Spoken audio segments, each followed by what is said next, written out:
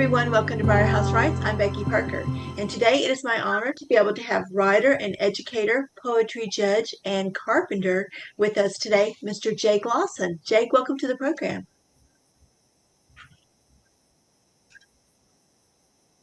Thank you so much for having me, Becky. I'm really excited to be here. This is Jake, awesome. tell us a little bit about yourself. Okay, so I have lived in Appalachia my entire life. As you mentioned, I am a carpenter. I come from a long line of carpenters. My father is a cabinet builder. My grandfather on the other side, he was primarily a tobacco farmer, but they built barns. So I've spent the majority of my life around wood, in the woods, in the foothills of Appalachia. Half of my time in childhood was spent in what we call a holler. And excuse me, I got in a fight with my fountain pen before the meeting. So I grew up in a small holler in Mooresburg, Tennessee, where my family has lived for many, many generations. We have our own family cemetery. The whole entire family, when I was a kid, lived there. I like to think of our barn as kind of the sun of a solar system, and all of our relatives' family, everyone from the family being planets for that solar system. Oh, Yeah, and growing up, I thought this is the last thing I want. I wanted to move to the city. I wanted to move to Los Angeles or just, I don't know, somewhere more metropolitan. right. But I didn't realize until I got, until much later how lucky I was, because that sense of economy, I can still hear my grandmother come on her front porch and yell dinner, and it would echo through the hills. And then we would all slowly make our way to her house to eat. So I had, that kind of, I call it like a snow globe, like each holler has its own ecosystem of its own. And then on my father's side, I had all of the work side of things, and building kitchen cabinets, helping him in his shop. I started working with him at about 10 years old, and pretty seriously. So I don't know, I had a diverse childhood. I had a lot of experiences and a lot of opportunities. What led you to your writing journey? It's a funny thing because I realize now, looking back, they say hindsight's 2020, and I was always very creatively minded. I loved drawing, and I saw artistry in my own father's work as a carpenter. Just the creativity that it took to accomplish his tasks. I love to read, but I never considered myself a writer. I thought maybe I would write songs one day.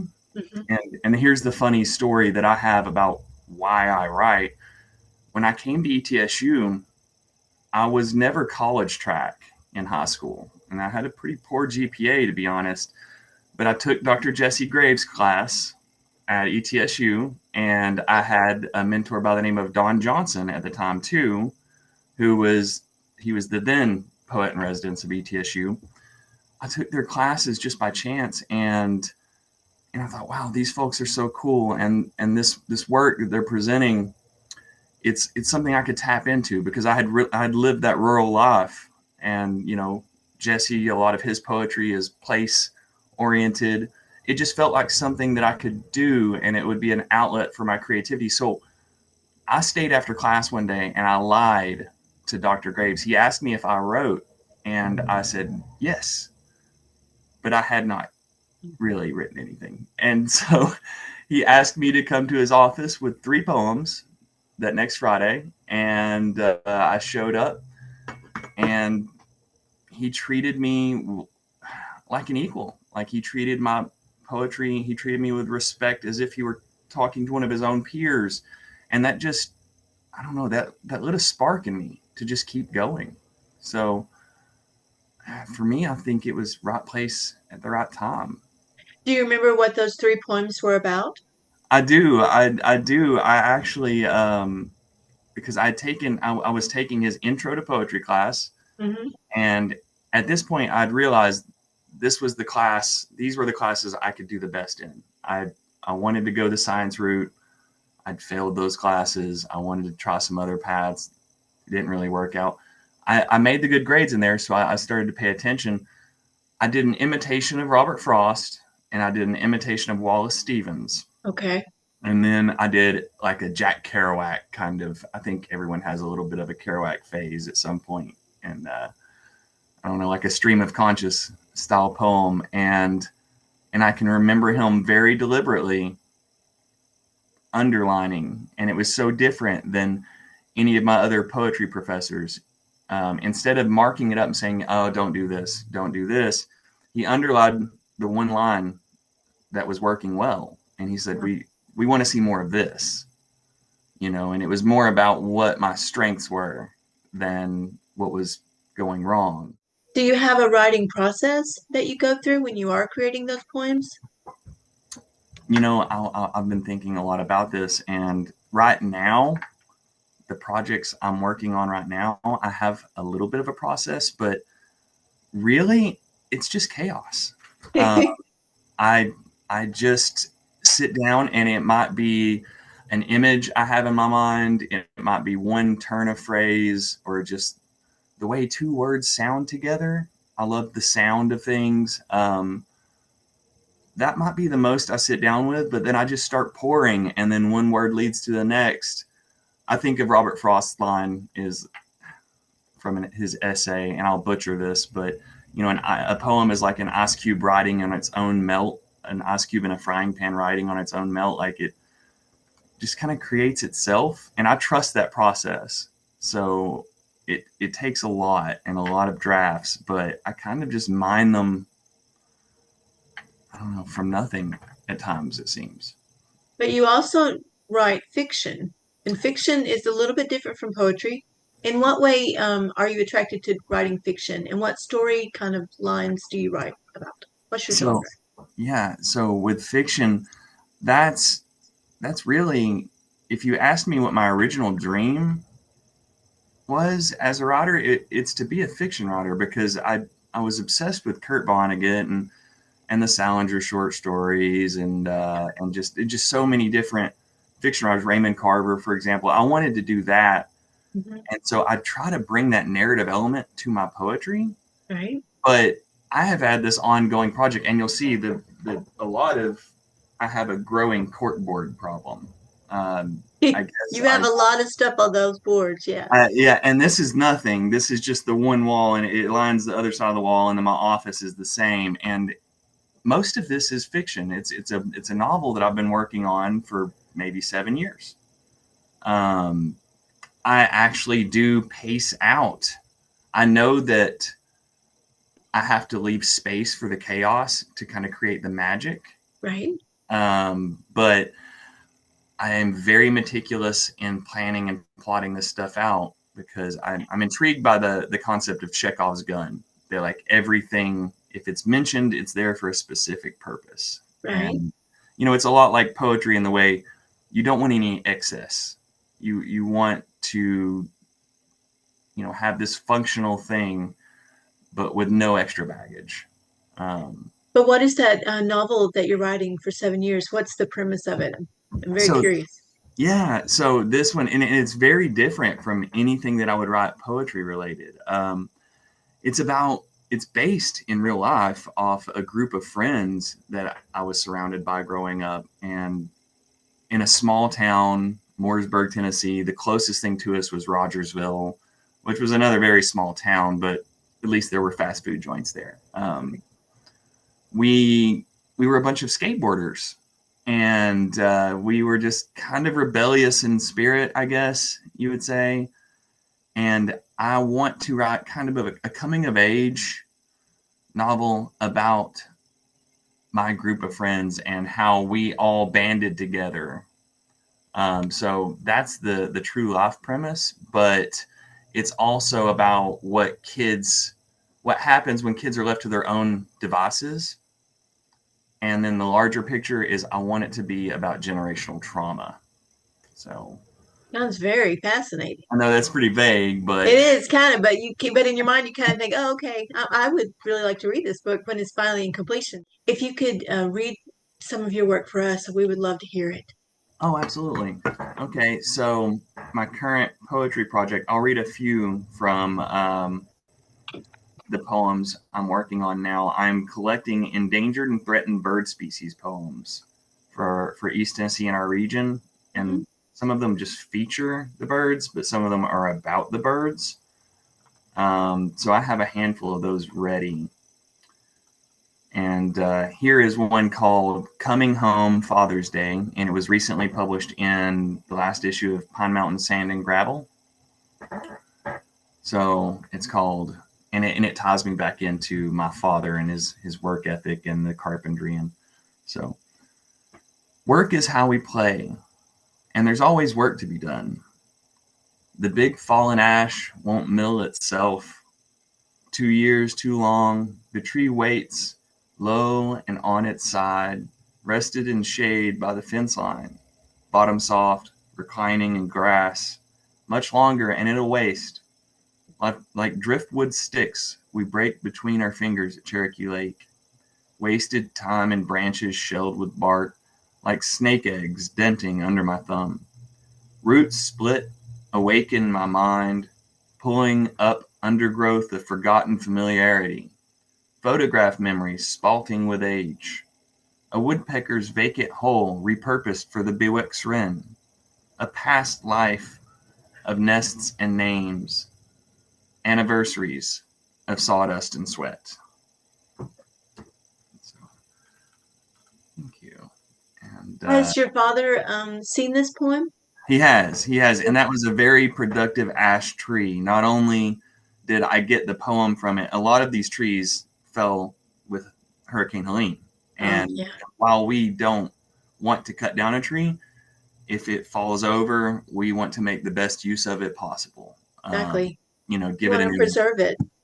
exactly. So I have the poem. He built all of our picture frames for like diplomas and certificates. I built a swing for Jesse Graves, and we still have some left. My father actually even redid his kitchen cabinets with this stuff. It's beautiful, beautiful wood. It's neat.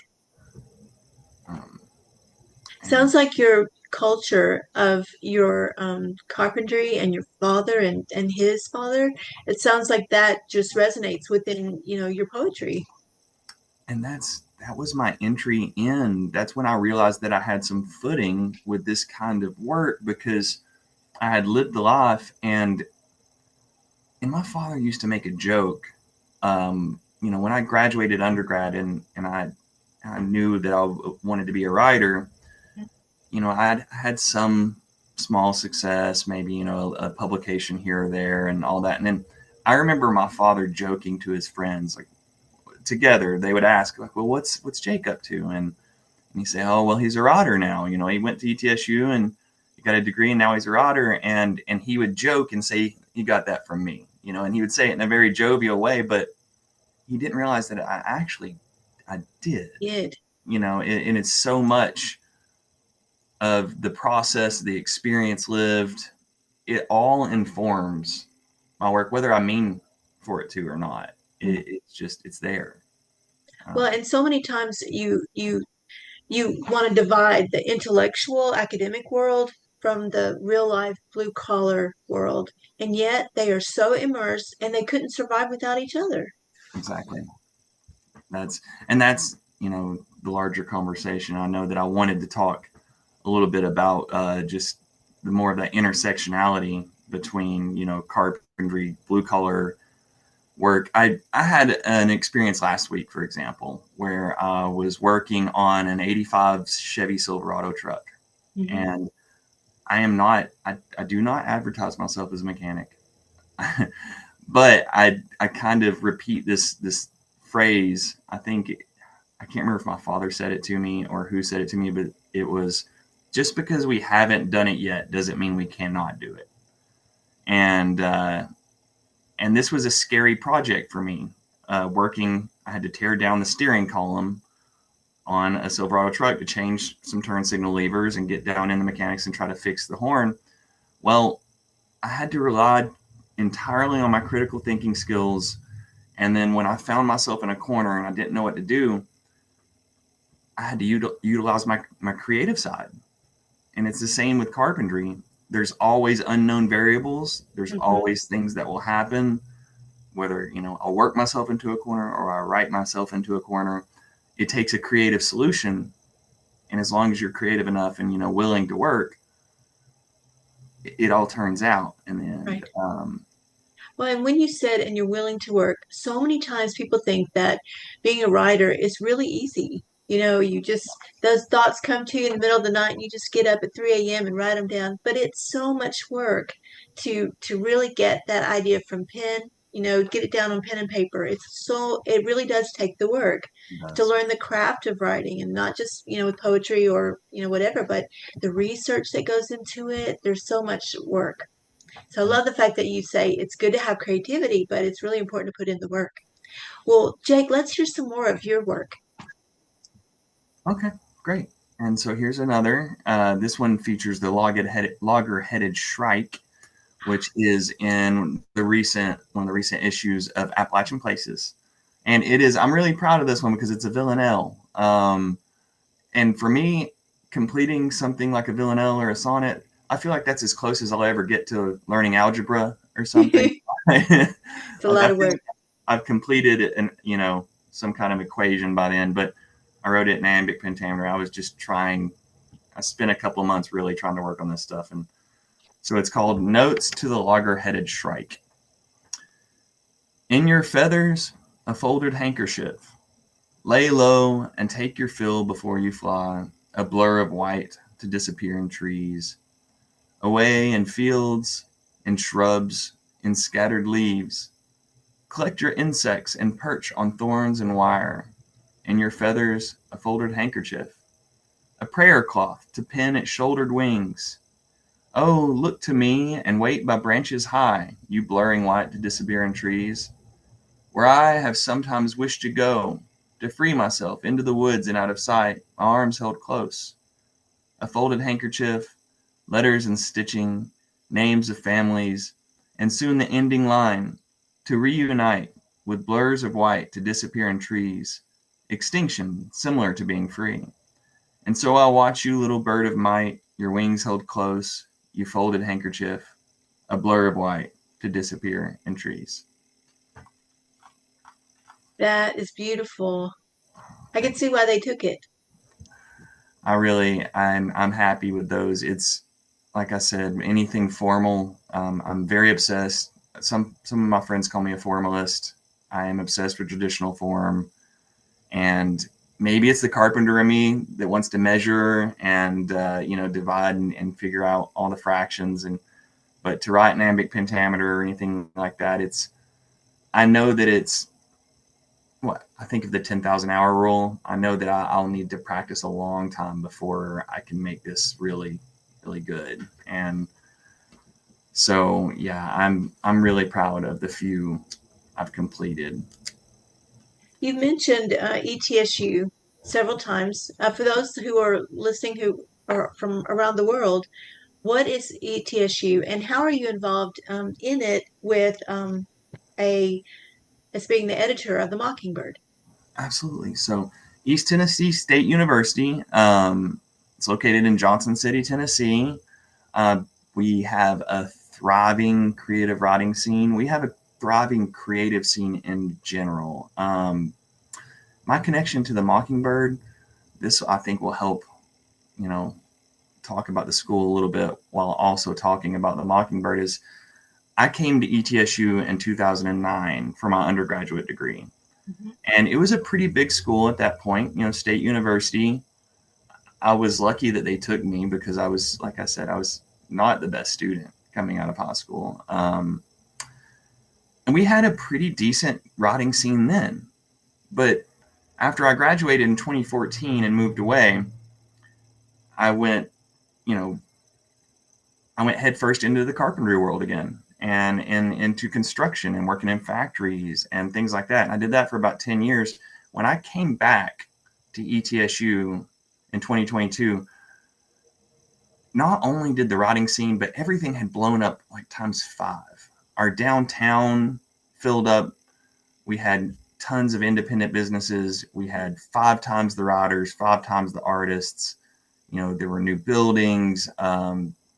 We just have, one of our colleagues calls it like an Appalachian Renaissance that we kind of, have going on here. And so I worked for the Mockingbird. My first experience with the Mockingbird was for its 40th edition issue back in 2011. Catherine Pritchard Childress was the editor, and we were all classmates at the time. And I had a wonderful group of undergraduate friends, great writers to kind of just bounce ideas off of. But she asked me to be a judge reader for her issue when she edited the Mockingbird as a graduate student. And so I took that was a great honor, because the Mockingbird was also where I got my first publication. And so 10 years later, I show up and I become a graduate student, and I am chosen to be a co-editor in chief for the 51st issue. And so almost exactly 10 years, full circle. And yes, I was the co-editor with Emily Wilson, who is just, that's one of my favorite parts about working on that issue of the Mockingbird, was I got to work with just the greatest people you could imagine. I mean, one, there's networking, but then just being around good, kind-hearted people, like that means everything to me. And so, yeah, that was 1 year. That was, 1 year of my graduate school that I got to run. And I think we produced the largest volume of the Mockingbird that's ever been produced. Wow. I know that we found the ceiling on our budget, but I'm very proud of it, because, like I said, our scene has grown so much. Is it still growing from when you first came back there? It's still growing, because we turned down over half of our submissions, and we still had almost a 300-page volume. That is incredible. And this is just a student. We only accepted submissions from the students on campus, and we had students from different fields submitting. And so it's just incredible. Well, and it seems to me that writing just really goes beyond what field you're in, but it's like the language of love. Like it's a language that people, they'll sit down late at night, and no matter what field they're in, and they'll read a book, or they'll, it's how they decompress, how they get involved in a world that's not, their normal way of doing.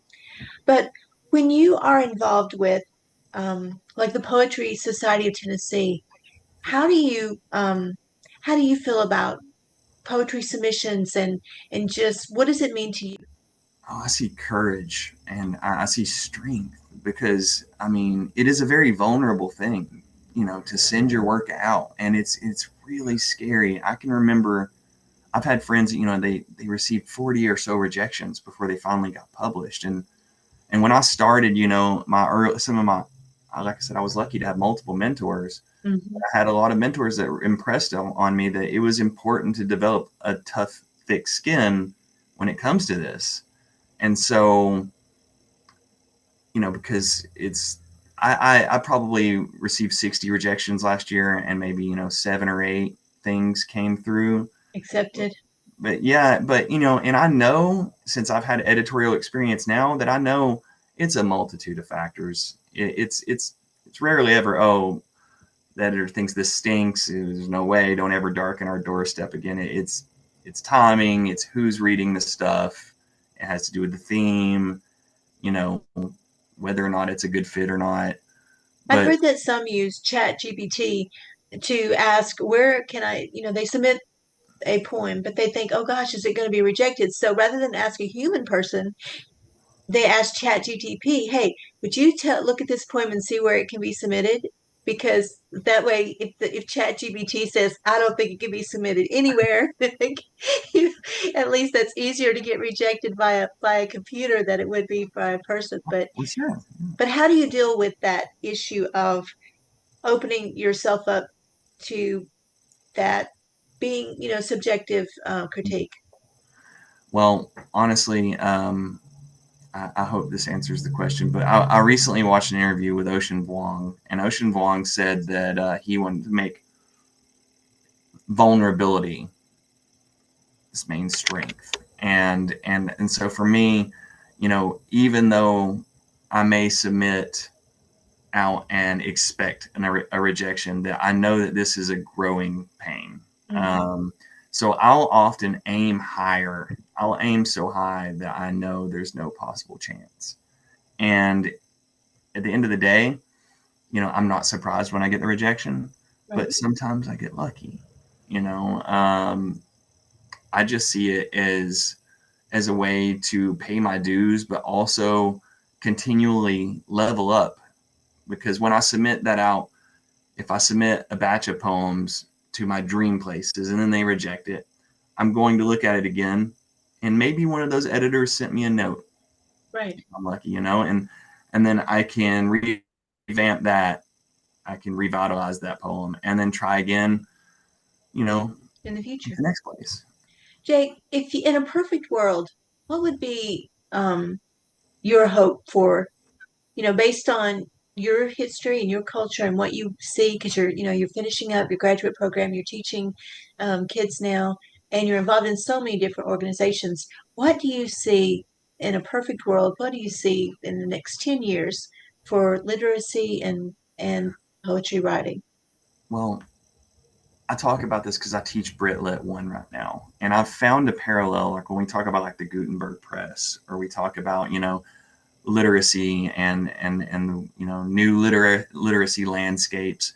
We are, you know, in one of those changing literacy landscapes right now. I know that the way content is changing due to social media, due to the various platforms, that the way we pay attention to things also changes. It And does. what sticks to us, will come to us in a different way. And so my hope is that, honestly, that we see some of the newer generations kind of, I don't know, art and poetry continues to evolve, and I think that that's just how it goes.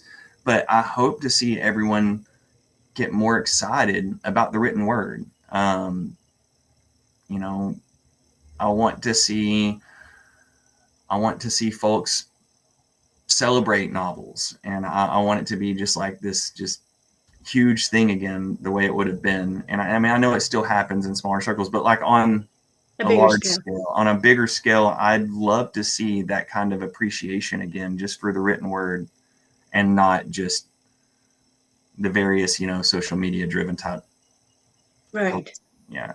But I think that there is an opportunity within those platforms, and I've Hmm. seen folks, use it for this. So I think, there's a chance for more visibility for artists. I think that, yeah, I don't know. It does a lot to kind of dismantle any kind of gatekeeping, I think, that people may perceive. So I think that there's potential there, but I'm hoping folks, you know, just are inspired to look for this stuff on their own and possibly even try for themselves. I think so too.